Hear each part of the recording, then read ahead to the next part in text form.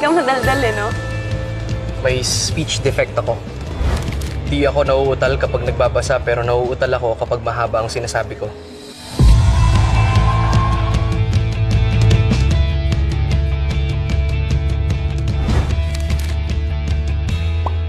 Ewan ko paano proposal mo. Crush mo ako eh.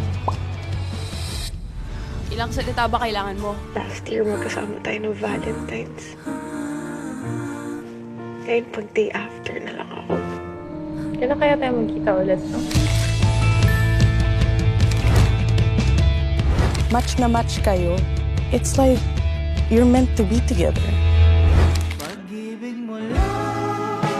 Sa isang saglit lang, alam ko na kung mahal ko yung tao.